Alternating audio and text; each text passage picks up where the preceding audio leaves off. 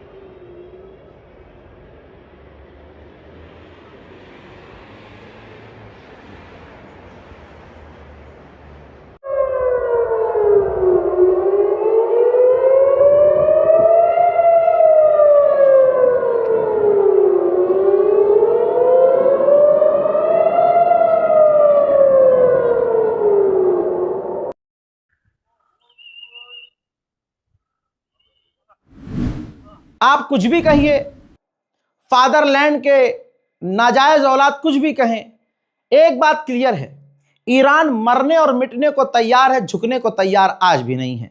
इस रिपोर्ट पर अपनी राय जरूर लिखिएगा। चैनल को सब्सक्राइब कीजिए, फेक न्यूज से बचिए और सही इंफॉर्मेशन शेयर कीजिए। जय हिंद।